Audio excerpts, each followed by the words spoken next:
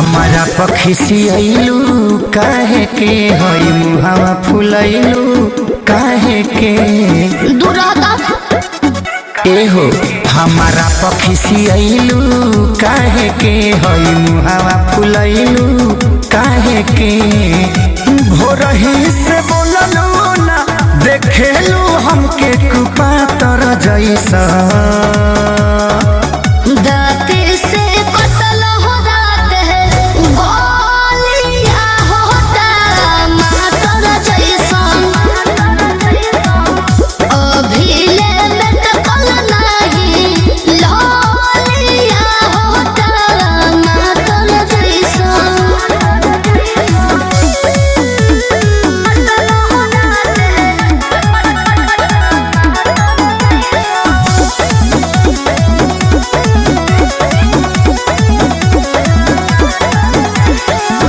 सटते दिमागा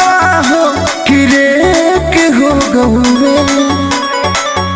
रात के अन्हरिया में सिटेक हो गहुए ए राजा हो कहवा से आई सुन रहनमा सीखला ए राजा हो देहिया के दे के गजनमा सीखला अब न लहके सट जात आज खाए दहे सजा तर जैसा दांत से कतल हो रात है गोलिया होता मातर जैसन अभिले में टकल नहीं लोलिया होता मातर जैसन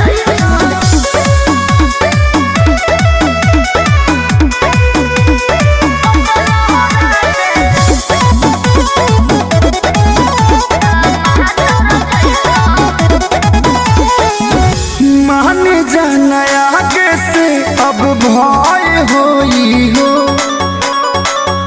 हमारा पता हरे विजय होई हो ए राजा हो मरदा के जोतिया के लतिया न छूटे ए राजा हो मीठी मीठी बतिया कहल गलतिया न छूटे साफ बहिरादा हमारा बिसलेरी के बातर जैसा